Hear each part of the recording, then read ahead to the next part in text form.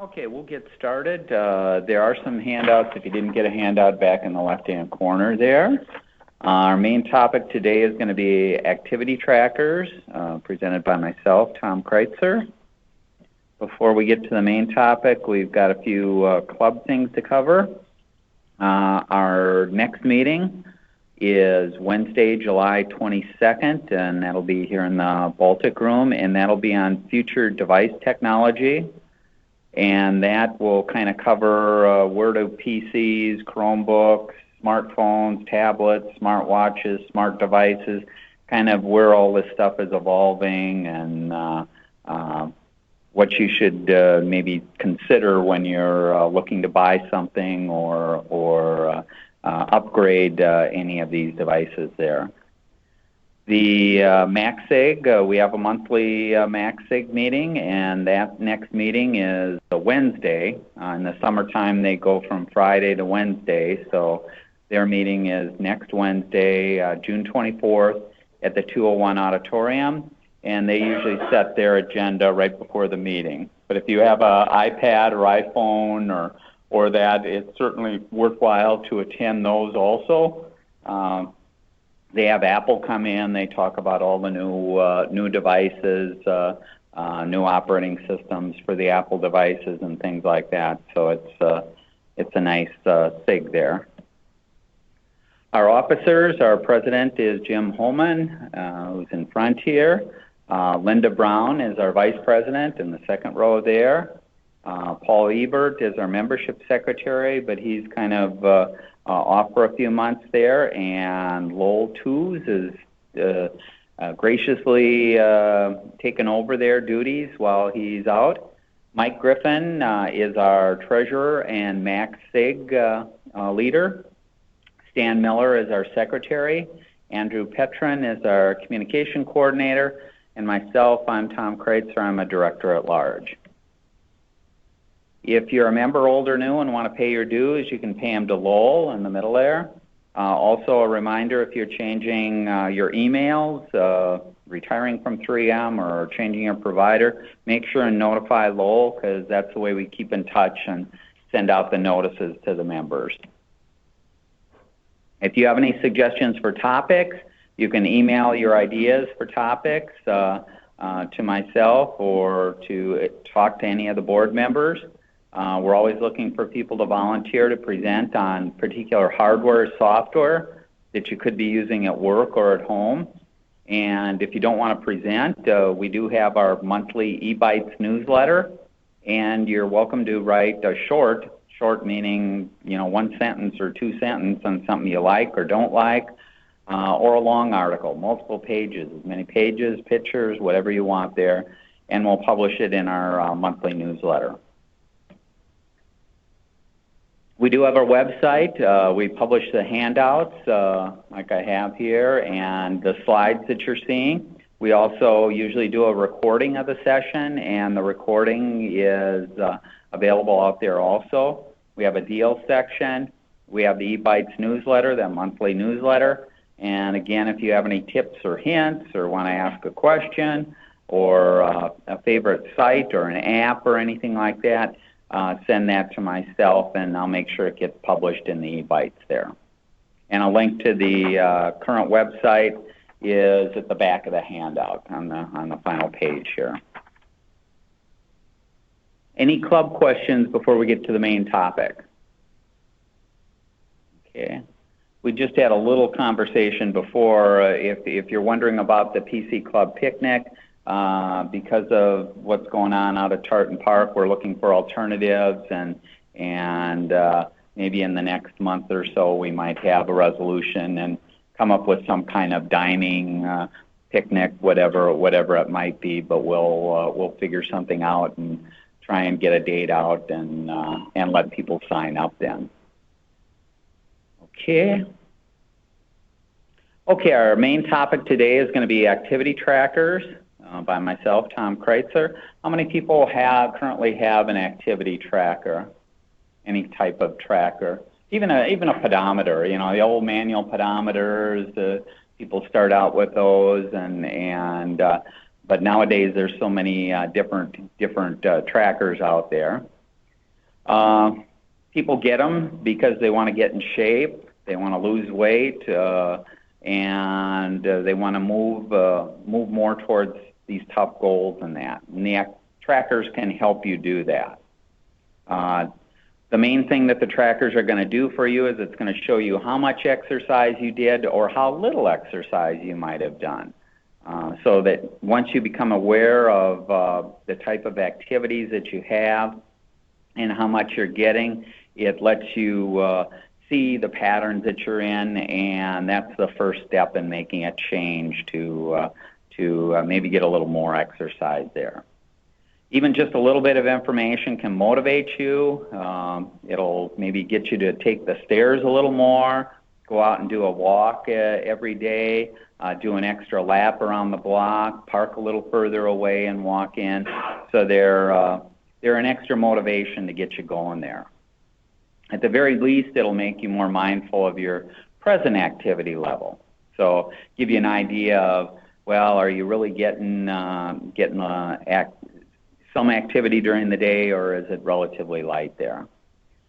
We'll talk about which tracker might be right for you and the activities that you do, because some of them are more geared towards maybe a biking, let's say, or a swimming. So it's important to match up what you need. And I'll have some tips and recommendations. An interesting fact, 1 out of 3 trackers is abandoned after 6 months. So, you know, like a lot of diets and everything else, people have the best of intentions. They get it, they're going to do stuff, and they end up shelving it in a drawer or giving it to a relative or something like that. This is another good reason to make sure that you match up the tracker with what you're doing, so that you do kind of make that commitment and keep using it and track what you're doing there. You'll also see that some of the activity trackers do have smartwatch functionality, like some of them will do caller ID. If you get a call on your phone, it'll show you the name. You can answer your phone, some things like that with some of the trackers.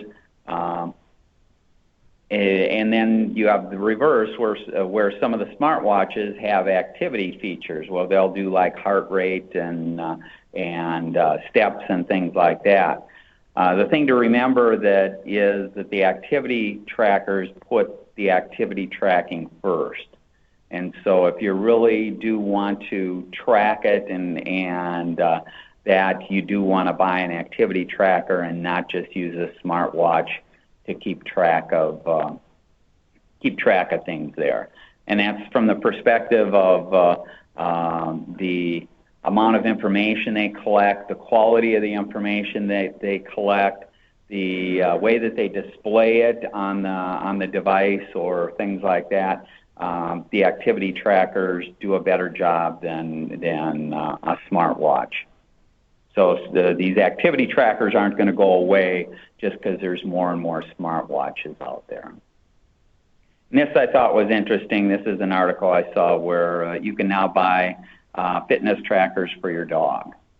So if you're interested in how active is my dog, maybe he's staying at home and you're not sure whether he's running around enough or that, they now have trackers for the dog, so you can keep track of how active or lazy or whatever the dog is.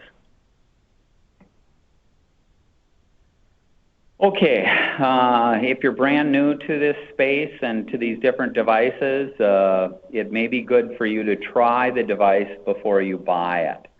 And there's a service out there called Lumoid, and at that website you can pick up to 5 trackers that you can try for 1 week, and it costs you $25.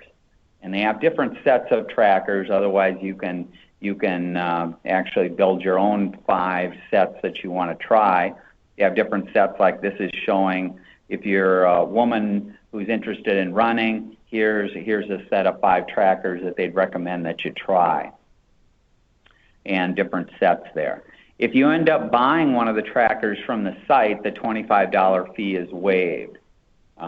So if you walk, run, bike, here you can try this stuff out and see how they work without committing to maybe $250, because some of these devices are $250.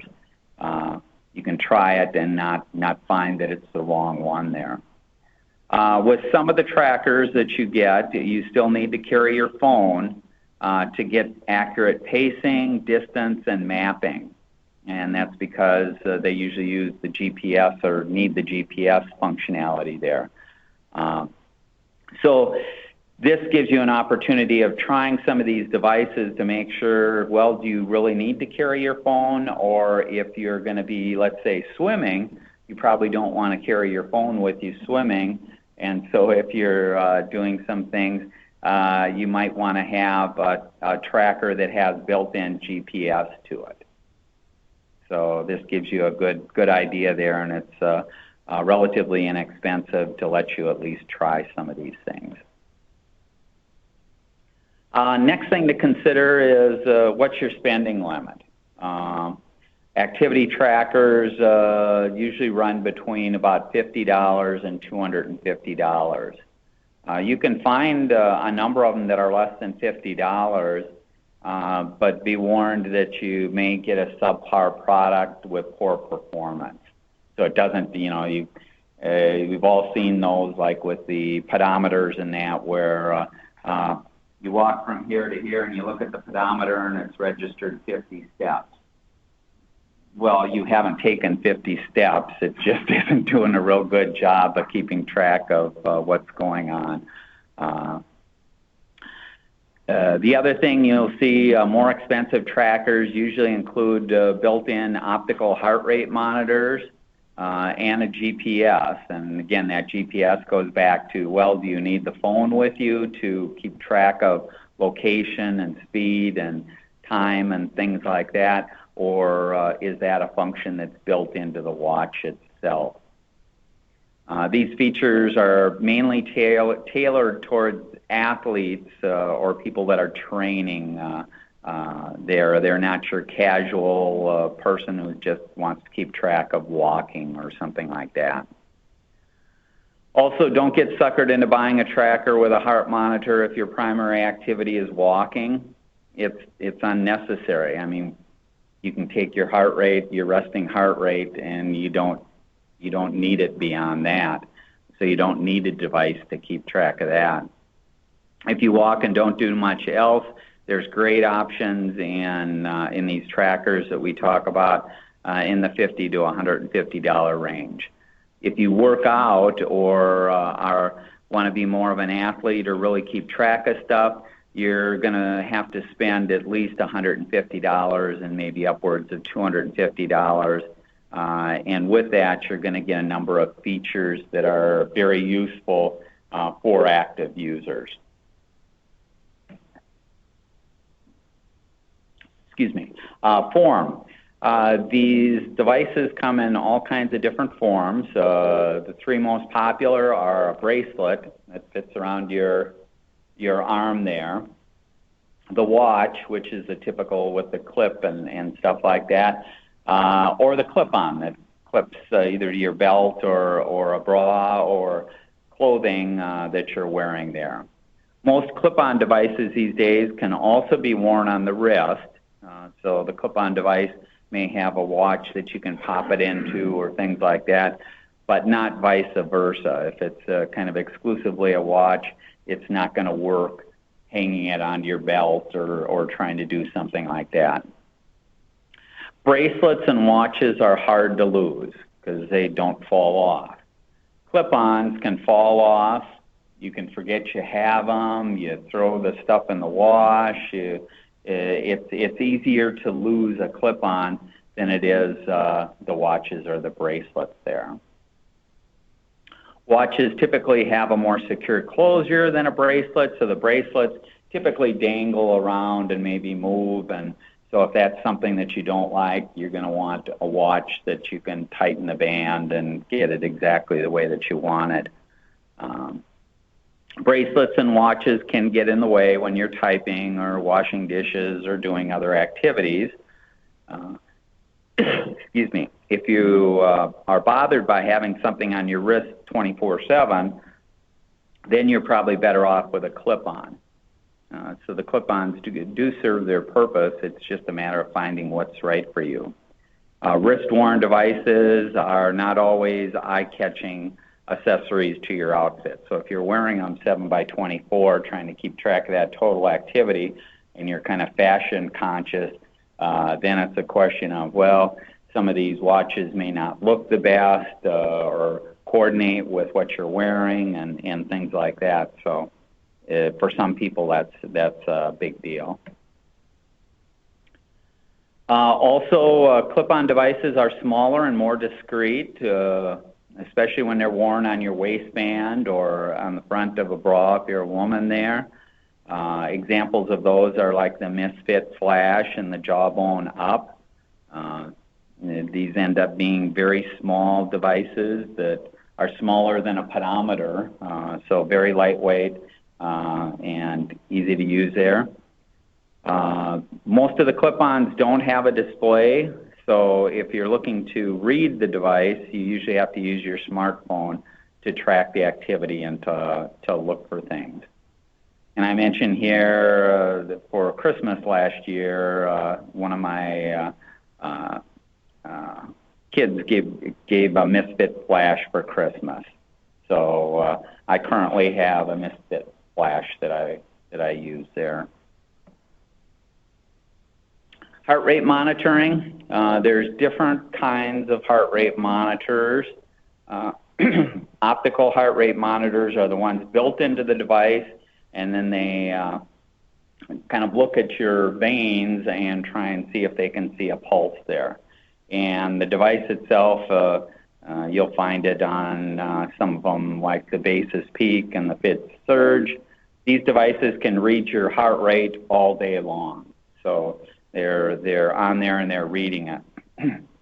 They aren't that accurate, but that's another thing. They do get a heart rate, but they aren't as accurate as the other option that we'll talk about in a minute here. Some trackers only take your heart rate while you work out, like the Mia Alpha 2 and the Mia Fuse. So some of the devices are only collecting it when you're actually doing strenuous activity. When you're not doing strenuous activity, it's not logging that. So you can't go back and say, well, what was my heart rate at 8 o'clock this morning? It's not going to tell you. Those are meant for heart rate training, not for watching your resting heart rate. And some of the very good activity trackers don't have a built-in heart rate monitor at all, but they pair with a chest strap.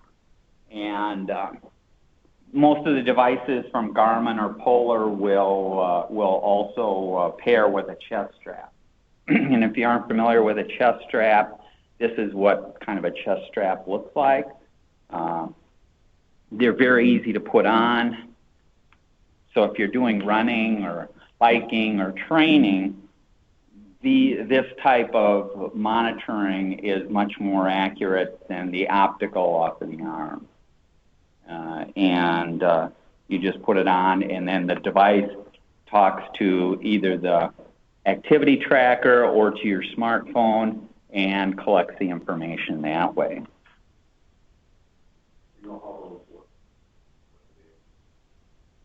How they work. The chest strap, yeah. What they actually can see, they pick up your heart rate. I think it's electrical impulses there, and so yeah, it isn't. These have been around for 25 years, much longer, obviously, than the trackers themselves. These were popular. This particular model is a running model that I purchased 20 years ago or so. So if you're training like for a marathon or things like that, those are very good things for that, because what you're trying to do is you're trying to push your limits, get yourself up to 80% of your maximum heart rate, and this, along with Back then, you just had the basic watch that would show you your heart rate and your distance and time and things like that. Now the activity trackers kind of take it another step forward, but they let you train and get accurate measurements there of the heart rate there.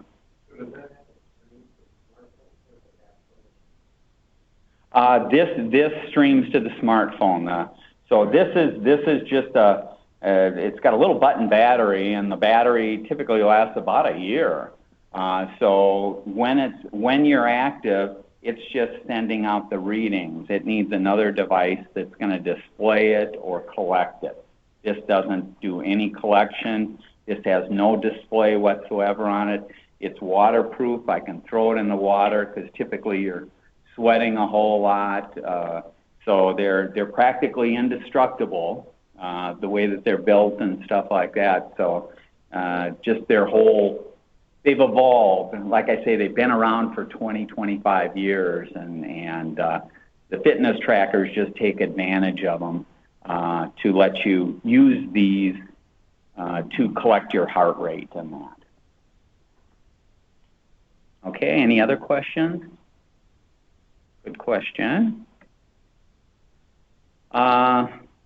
Finally, some people will get it, and like I mentioned earlier, if you're just a walker, do you need the heart rate? No, you don't need the heart rate. If you're interested in what your resting heart rate is, you don't need a tracker. You can, do it yourself. Go to a Walgreens. The blood pressure machine will tell you your heart rate. Also, I mentioned here, there's apps like this Whitting's HealthMate for the iPhone. You stick your finger over the iPhone screen, and in 15 seconds, it'll tell you your heart rate. So it's using optical scanning there to tell your heart rate. So the heart rate is basically if you're in training and you're looking to, when do I achieve that 80% of my maximum? Have I gone over? Am I under? And so if you're running or biking, you know whether to increase your training, decrease your training, and then it'll keep track of how long you were in that zone and things like that. So there's, if you're training, they're very, very good devices for that. Okay, another function that you usually see on these is sleep tracking. And this is kind of interesting. Almost all of them will do sleep tracking, from the cheapest to the most expensive. And what they do is they watch for movements. So there's an accelerometer in the device, and it's a 3-axis, which means that no matter which way you move, up, down, left, right, sideways, it keeps track of that movement. And they're more sensitive to that movement during the nighttime hours. So most of the sleep trackers will pick a time, let's say from 10 till 8 in the morning, and they'll be more sensitive to inactivity then, and it assumes that if you aren't moving then that you're asleep. There's other devices like the Jawbone. They report graphs showing the times when you were in light sleep, excuse me, dark sleep, light sleep, deep sleep, and motion. The peak goes a step further. It'll use your heart rate and your skin temperature to help it detect when you're in REM cycle. So that's kind of interesting. The other thing you see, like with the Jawbone, does anyone have like the Jawbone? Or the Jawbone is a bracelet that goes on there. Interesting thing with that is you can set it so that if you are not active for 15 minutes, it vibrates and gives you a warning. It wants you to be active. And so if you're sitting at your desk, you'll be sitting there, and then you can feel it's just a little vibrate there that goes off, and it's just another indicator for you to be a little more active, maybe get up, do a walk, do something there. And this is an example from one of the apps where it'll show timeline. You can't see it too well, but timeline of your sleep, total number of hours, what was deep sleep, what was light sleep. So if you're interested in how good a sleep you're getting, they're very nice to be able to track that for you. We mentioned going sport specific. So if you are into an activity like a running or biking or things like that, there are certain devices called sports watches or runner's watches, and these track in more detail exactly your activity. As an example, a swimmer, we want to make sure that it's completely waterproof, keep track of when you're swimming there, and there's a few in that category, the TomTom Multisport and the Garmin BioActive.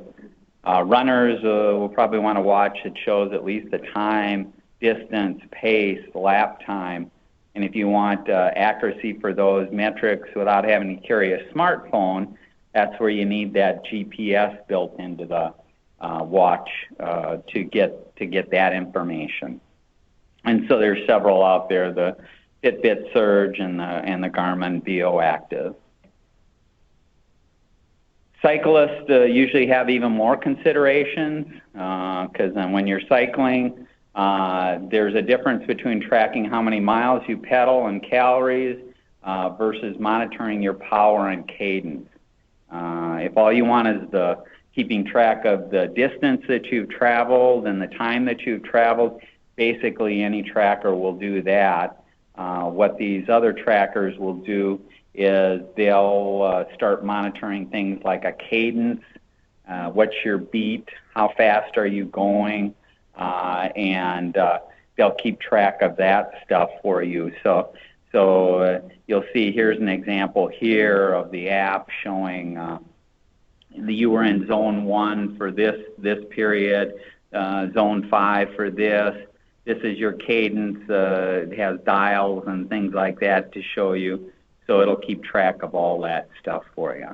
So depending on the level of training or monitoring that you want to do, there are some very, very sophisticated devices out there. Okay, the next important thing, so you have your device. The device has to pair up with an app. Excuse me. And the apps are vital because that's where the information is fed into and collected and then shown, whether it's by graphs or charts or things like that. Fitbit has one of the best apps and websites to let you do stuff. It also lets you record all kinds of data that the activity tracker can't. So you can manually put in your blood pressure readings and your calories consumed and what you're eating and things like that, the food that you ate for lunch and that. It'll let you keep track of all that stuff and then give you all kinds of graphs and charts and information about what's going on. Withings is also a favorite. It has a comprehensive account where you can measure weight, glucose, all kinds of health information. And the sample here that I show is from the Fitbit. This is just some of the screens within the Fitbit where it's showing, some of your activity there. But in addition to the activity, you're going to have things like food consumed, if you're tracking that, and just a whole slew of things. And the other side that these apps usually do is the social side of it. So the social side is posting out to, if you have a Facebook account, or it'll post it out to a group that you're with, registering the number of miles that you've walked or run or biked, and it'll reward you when you reach certain milestones, whether it's goals that you set for the day, the week, the month. It'll remind you how you're progressing towards those goals.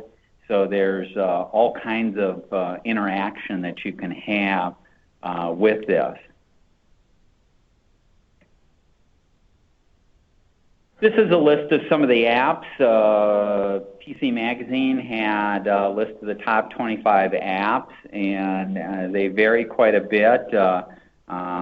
Most of them have a free version, and then they vary based on either a monthly fee or a yearly fee or a one-time fee, and they all do different things. So it's not like there's one app that's good for everybody there. There's all these different apps depending on what you're tracking, what you're trying to do.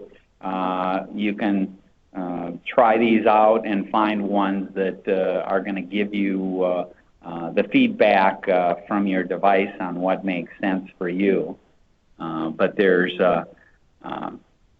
cyclometer, so if you are a biker, there's ones that are geared more towards biking and doing some things. This is good for heart rate, distance, time, pace. This one helps you stay motivated. The app uses GPS features on your phone to track your running and works with any. Mentioned Fitbit a little bit. You can try it for free, but there are other features that you can activate, and those can cost up to $49 a year for tracking all this stuff and keeping the information online and available there to you. FitStar app contains basic workouts designed to inspire you to get you to move. So if you're somebody who goes to the gym, there's a number of these that are geared towards your workout at the gym. So it'll have a recommendation of certain reps that you do, and some of them will go through and actually count out your reps for you, play music for you as you're going through there, and in general, just try and motivate you to complete your workout. Gain Fitness, it's a workout coach. Again, some of these are coached, some of them are websites where your information gets posted, you track stuff and keep track of it. This Jeff Workout does the sets and the reps, simple tool for crafting your weightlifting workout. Johnson & Johnson 7-minute workout, this is a very popular one. We talked a little bit about this a couple of months ago when we talked about free apps. It lets you, if you're not a very active person, it suggests some workouts, some very simple workouts that take 7 minutes to do, and it'll show you how to do the exercise and then pop up and try and get you going to do them. So it's a very simple, and that's a free one. Lose It, another one out there that does a number of things. Map My Fitness, this also has Map My Run, Map My Ride, Map My Walk. Actually, I use this one if I'm walking, like I walked over from building 220 over here. I can turn it on. It uses GPS, keeps track of how far I walked, the pace that I walked. It shows me on like a Google Maps the route that I walked. And the social aspect of it is you can start challenging other people. You know, I did this walk and so fast. How fast does it take you to do it? Or yesterday I did it and it took 10 minutes. Today I did it and it took 9.5 minutes. So you can keep track of routes that you do, history that you've done, just as a slew of information there. Ask us so that start your plan. You can customize plans and training, like if you're training for a 5K or stuff like that. Some of these apps will suggest your mileages, keep track of your mileages that you're doing for you, and tell you how you're progressing towards your plan or goal there. This one I thought was interesting, this Pact. The app itself is free, but Pact, what you do is you place a wager that you're gonna do your goal. So if your goal is to walk 10,000 steps a day, you could place a bet saying, I bet that I'm going to walk 10,000 steps a day. And you get your money back if you meet your goal. If you don't meet your goal, you don't get your money back. So it's a motivation for you to decide how much to bet, and if you don't achieve your goal, you don't get your money. So you're kind of betting with yourself there, but that's a different form of motivation there. Some training ones. Again, there's more sophisticated ones for biking and what you do there, and the way that they share stuff out on the cloud and keep track of stuff. This is an example of the Map My Run Walk Bike, where this is some of the screens that you see. I mentioned the map in there. It'll show you where you're going. You can pause your workout. It may show you the elevation that you took on your route if you were running or biking or that. It'll show you splits on the mile splits and things like that. You can look up past workouts. You can compare your workout to somebody else who may have done the same route. Like I mentioned, you can see, well, did I do it faster than somebody or slower than somebody? You can do that. It'll publish stuff out to Facebook and some of the other sites, so if you're looking to share. And then I'll keep track of calories, and you burnt so much, but you consumed so much. If you're entering your food and some other information there, it'll keep track of all of that for you.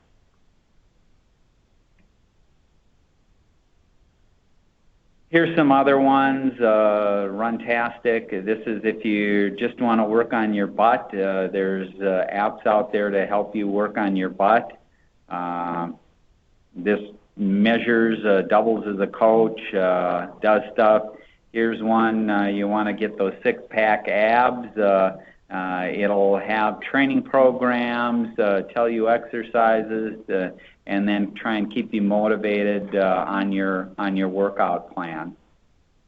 Here's one, spring workout music. This is for running, power walking, and exercising.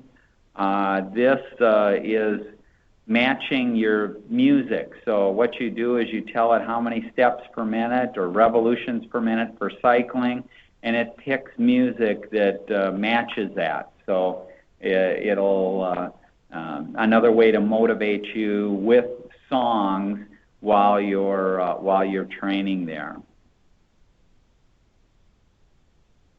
Some more in here. We won't go into too much detail there.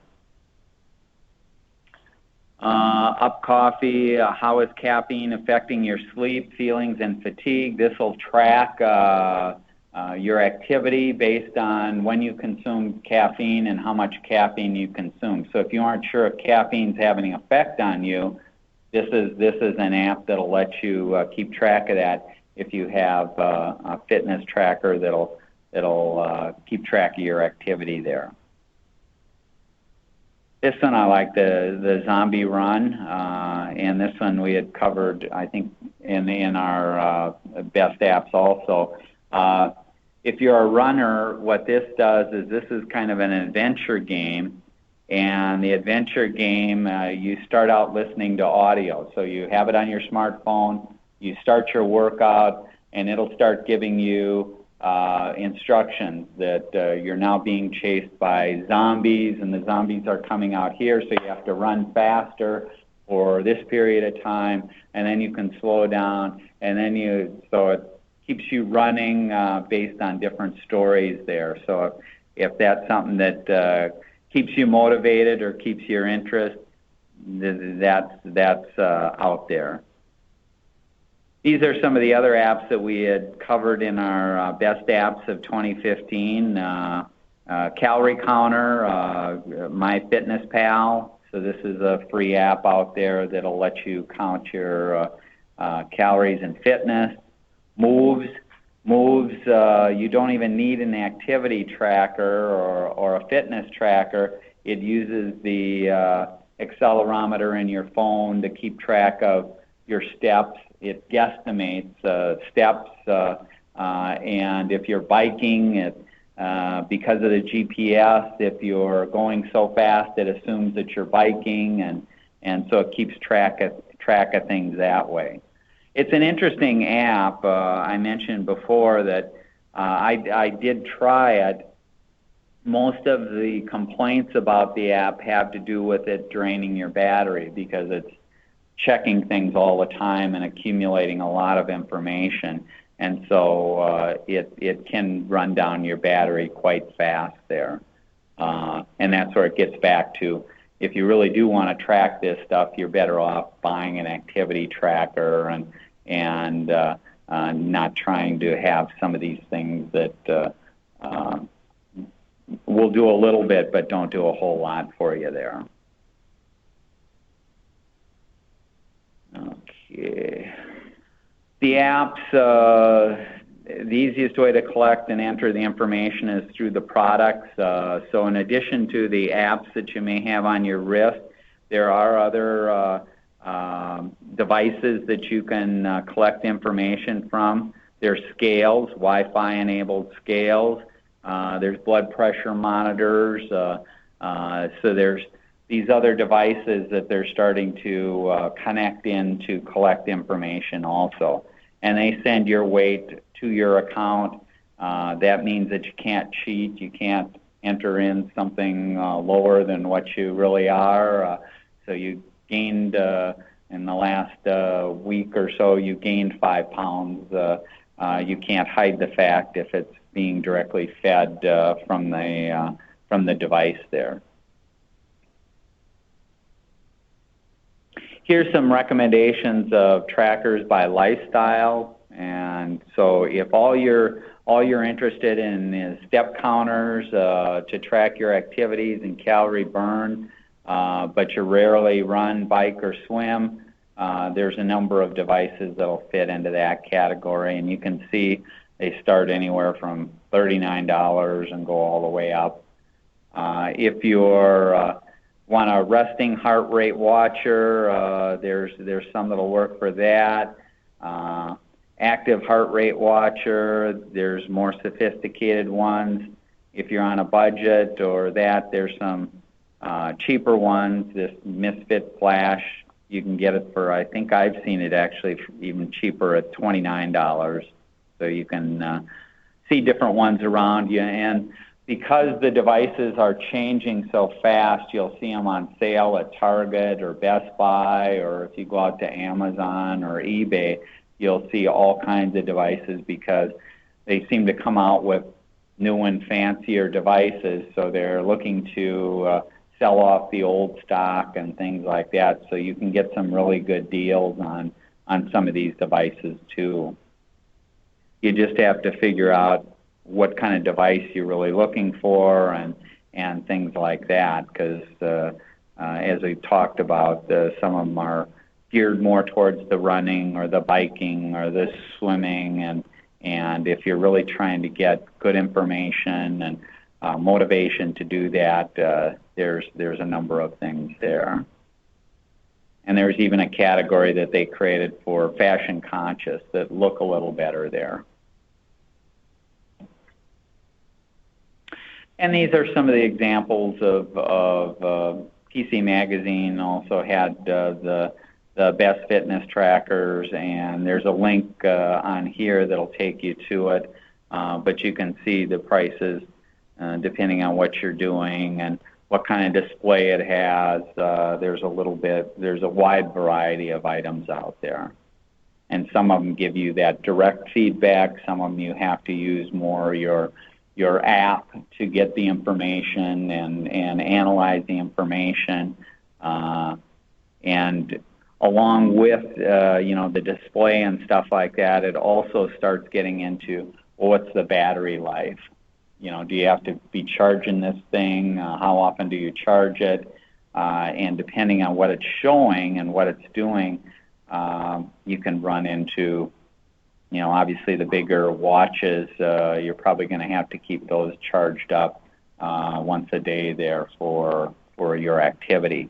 Whereas something like this Misfit, it's round, and I don't know if you can see.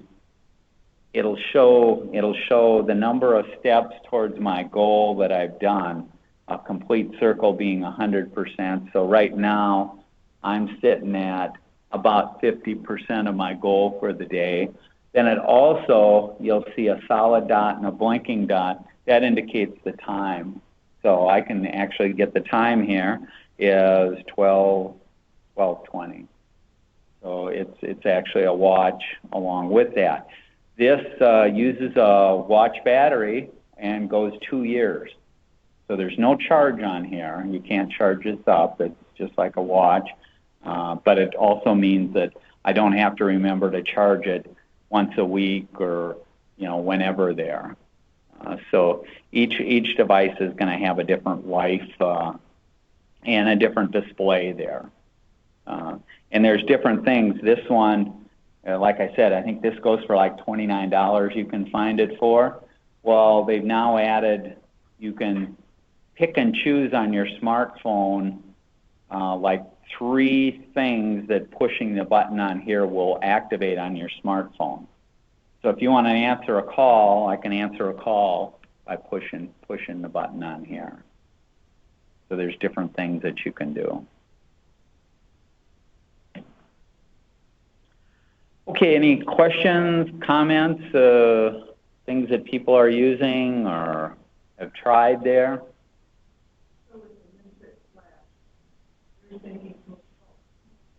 Right.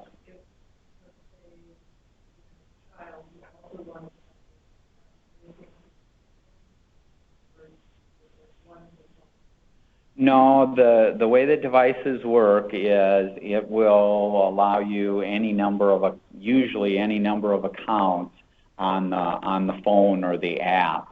And the way that it's syncing is most of these devices are syncing by Bluetooth, which means that each device watch is a separate address. So it knows that this is yours, this is the kid, this is whoever. So that's the way it keeps track of who's in there and that. And for that matter, you don't have to, I don't keep Bluetooth usually turned on in my phone all the time. I just maybe once a week, or if I'm bored somewhere and I want to see what I've done for the last few days, I'll turn on Bluetooth, I'll sync. So it keeps the information on here. I don't know how long it keeps it for, maybe at least a week, and it may be longer than that. And that's both the sleeping activity and the steps or activity. You have some way of turning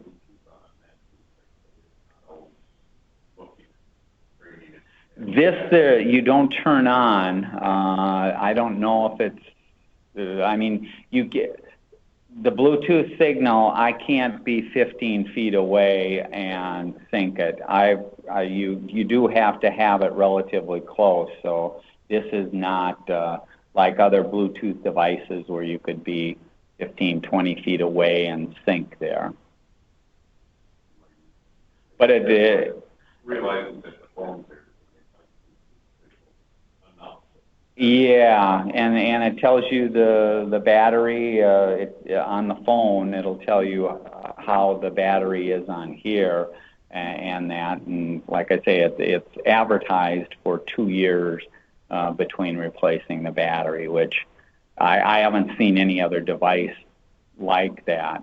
So that's handy. But then again, it's not the most accurate, because again, if you're looking for accuracy and steps, I can have this on and I can walk across the room and it may say 200 steps or things like that. Well, I know I didn't do 200 steps. Shake the hand or whatever and you get it up. So if you're getting near your 100% goal, what I'll do is I'll just sit there and shake your hand. Oh, now I've reached the goal. Any other questions or comments? I found a nice free one for Android, just called Phenomenal. I found it to be pretty, it doesn't have a GPS, so it doesn't string the advertising at all. Okay. Because I thought I don't really need pretty accurate. You know, it'll say like 28 miles or 1 mile or something like that. Guys have told me that have a bit that the frustrating thing for them is on your arm. So if you're on a treadmill, you just sometimes holding on. You're not getting the track. Whereas the guy will go along. Sometimes I like it on my hip or even more on the ankle. Just so you can get the attention because you want to come over the arm. Yeah, everybody wants to get credit for the activity that you do, and I've run into that too, because I'll walk down to my grocery store and I'm carrying groceries back. Well, if I carry it back with this arm, it's stationary. It's not swinging. So then I consciously, will move the grocery bag over to the other arm, and then you're kind of swinging because you want to get credit for movement there. But that's where, like they say, having the clip-on or stuff like that can be a little better. But the drawback of that certainly is it's easy to knock them off or lose them, and even like this you probably can't see it from where you are, but it's broke on me 2 times, the watch band, because it's a cheap rubber watch band. And then the device itself pops in there. Well, if this catches on stuff, something's got to give, and it's broke. I just take super glue and glue it back in. Any other questions, comments? Well, another comment. I have a friend that has Garmin Eagle, and then now they have a Eagle, which has faculty. Mm-hmm. But he's been very pleased with it. He said it doesn't make you have a motivation. He's mostly just a lot. I didn't see it never get very high ratings. Well, some of them are relatively new, so when they come out with new models, it may take 3 months or 6 months to kind of get in the mainstream of the articles and things like that. But he likes it because it's displayed right on the watch. He can take the phone, but he can also use it, which the bit I have to have to do. Yeah, you always pull up my phone to see what I'm at. Whereas when it has one that doesn't watch, it's immediate. I don't even have to know it. So it's just kind of a right. Well, and that's where some of that motivational aspect too of gee, you aren't very active, and whether it vibrates or flashes or things like that, you'll see the devices there trying to get you to be a little more active. So if you're sedentary and just watching TV or things like that, it's trying to get you up and do some things there. And that's the good thing about these things, is to motivate you. And like I say, it motivates me, because I will look at this and I go, well, should I try and get a walk in? Should I take the stairs up or down within the building? Should I do this? And it's a little extra motivation to get you going there. The sad part about some of this is if you do use the devices and then you go out and walk, and let's say you walk and it says, okay, you burned 60 calories or 70 calories, and then you go, oh, but I want that granola bar, and that granola bar is 200 calories or whatever, and it's a case of, gee, I'd have to walk for 3 hours to totally burn off that, which is good from a motivational. It's at least educating you that you aren't burning stuff as fast as maybe you think you are, and that. So, okay. Any other comments, questions? Well, thank you. Thanks for coming on such a nice day. Let's see. I noticed, this friend has this Garmin Eagle that I just noticed that Amazon